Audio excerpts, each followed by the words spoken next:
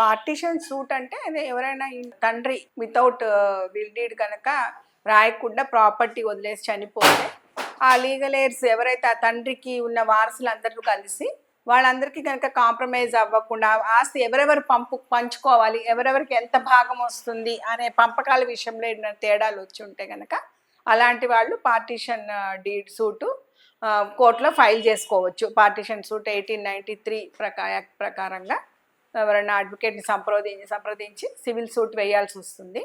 అది ఈ సూట్లో ఏం జరుగుతుందంటే ఫస్ట్గా సూటు ఫైల్ చేసిన తర్వాత దాని ఉన్న ప్రూఫ్ల ఆధారంగా పరిగణించి వీళ్ళు ఏం కోరుకుంటారు ఆ విధంగా ఫస్ట్ ఆఫ్ ఆల్ అంటే సపోజ్ కొన్ని సందర్భాల్లో ఎలాంటి సందర్భాలు అంటే ఇద్దరు అన్నదమ్ములు కావచ్చు, నలుగురు అన్నదమ్ములు కావచ్చు, అన్నదమ్ములు అక్కజెళ్ళు కావచ్చు, ఎవరికి తెలియకుండా ఒకళ్ళు మేనేజ్ చేసి ఏదో ఒక విధంగా ఎవరికన్నా అమ్మడం కోసం, పూర్తిగా అమ్మడం అనేది సాధ్యం కాకపోవచ్చు అన్ని సందర్భాల్లో, అమ్ముతాను అని చెప్పి ఈ ప్రాపర్టీకి నేనే ఒక్కడనే వారసుడు అని చెప్పి చాలా కొన్ని సందర్భాల్లో అడ్వాన్స్ సేల్ అగ్రిమెంట్స్ చేసుకొని అడ్వాన్సులు తీసుకుంటుంటారు. తర్వాత అడ్వాన్స్ ఇచ్చిన అతను ఇరుక్కుపోతాడు పాపం.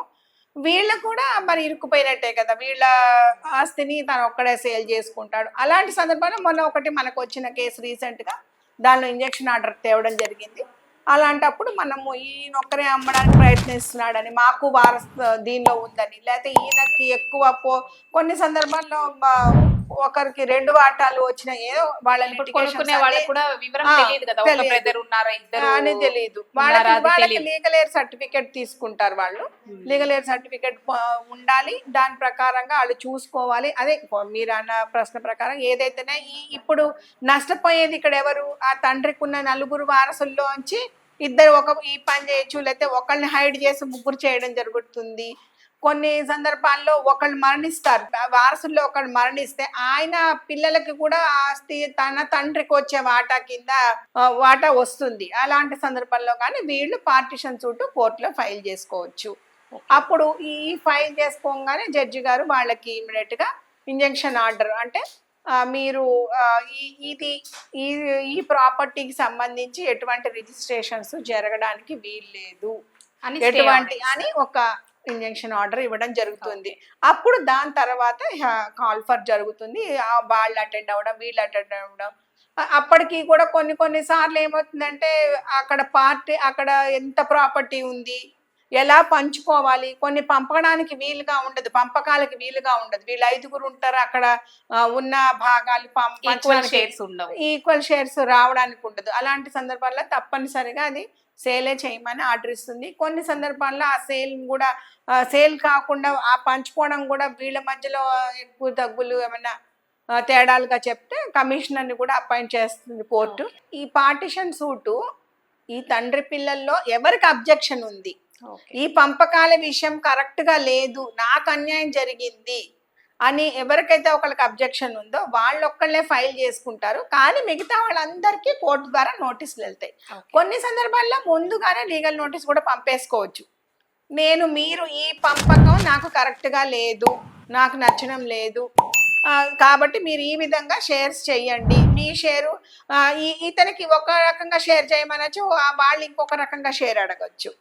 పార్టిషన్ ఏ విధంగా భాగాలు పంచుకోవడం కూడా తేడాలు ఉండడం వల్ల మీరు ఈ విధంగా ఒప్పుకున్నారా సరే, లేకపోతే నేను కోర్టుకి వెళ్తాను అని ఒక లీగల్ నోటీస్ కూడా ఇవ్వచ్చు.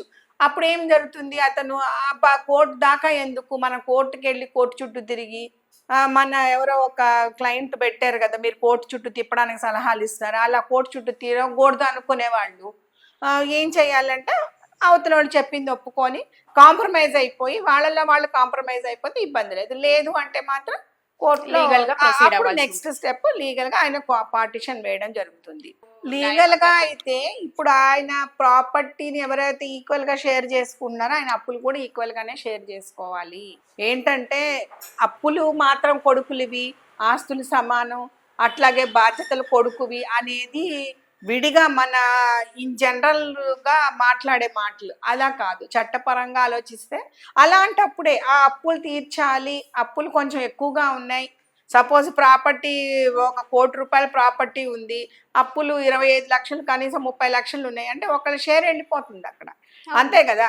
ఒకడే కొడుకున్నాడు, 2 ఆడపిల్లలు ఉన్నారు, ఆయనకు వచ్చే షేర్ అప్పులకే పోతుంది కదా, కొడుకులే తీర్చాలి, మాకు సంబంధం లేదు, తల్లిదండ్రులు మీరే చూడాలి అని ఈ కూడా అప్పుల అంటున్నారు. విషయంలో ఇప్పుడు కొడుకుల్ని నేను కూడా ఒక ఇంటి ఆడపడుచుని, నేను కూడా నన్ను నేను బ్లేమ్ చేసుకోలేను కదా, నేను న్యాయంగా చట్టపరంగా ఎలా ఉందో చెప్తున్నాను. అలాంటి సందర్భంలో లేదు లేదు మాకు దానిలో ఇది లేదు అన్న రోజు అలాంటి వాళ్ళే పార్టిషన్ సూట్ వేసుకోవాలి. కానీ అందరూ అటెండ్ అవ్వాలి. వీళ్ళు కోర్టు ద్వారా నోటీస్ వెళ్ళినప్పుడు ఎవరైనా అటెండ్ కాకపోతే ఎక్స్ పార్టీ ఆర్డర్స్ అయిపోతుంటాయి. అండ్ కానీ ఇక్కడ మనకి లాస్ట్ గా ఫైనల్లో కోర్ట్ ఆర్డర్ అయినా కమిషనర్ వచ్చి చేసేదైనా మీరు ఇంత ఖర్చులు పెట్టి ఇన్ని సంవత్సరాలు కోర్టు చుట్టూ తిరిగి ఎన్ని చేసినా ఒక్క ఫైనల్ ప్రిన్సిపల్ సూత్రం ఏంటి అంటే మీలో మీరు కాంప్రమైజ్ అవ్వడమే. మీలో మీరు కరెక్ట్ గా ఉండి ఏదో ఒక మాట మీ ఒకళ్ళ దారికి ఒకళ్ళు జెన్యూన్ అనిపించిన వాళ్ళు పోని అలా మీరు ఆలోచించుకొని ఒక మాట మీద వచ్చేసి అందరూ ఒక ఒప్పందానికి వస్తే ఏ కోర్టు కేసులో అవసరం లేదు. లాస్ట్కి అప్పుడే కోర్టులో కూడా కేసు క్లియర్ అవుతుంది. మీకు ఏంటంటే మీరు కాంప్రమైజ్ అవ్వకపోయిన పక్షాలు ఏమవుతుంది, కమిషనర్ని అపాయింట్ చేసుకుంటే ఆయన వచ్చి సేల్ చేసేసి డబ్బు రూపంగా పనిచేస్తారు. అది ఆ విధంగా ఉంటుంది. ఆ ప్రాపర్టీని ఒకళ్ళే కొనుక్కోవచ్చు. ఈ వారసుల్లో ఒకళ్ళే కొనుక్కొని మిగతా వాళ్ళకి ఆ గవర్నమెంట్ వాల్యూవా లేకపోతే ఏ వాల్యూ ప్రకారం ఉంది అనే దాని ప్రకారంగా బయట మార్కెట్ వాల్యూ ఎలా ఉంది దాని ప్రకారంగా వాళ్ళు ఇచ్చేసేసి, అంటే ఇక్కడ ఏంటి ఫైనల్గా అదే కాంప్రమైజ్, అదే మీరు కోర్టు చుట్టూ తిరిగి ఫైనల్ స్టేజ్లో తెచ్చుకునేది ఏదో ముందుగానే తెచ్చేసుకోవచ్చు. ముందుగానే కాంప్రమైజ్ అయిపోతే ఈ ప్రాబ్లం ఉండదు.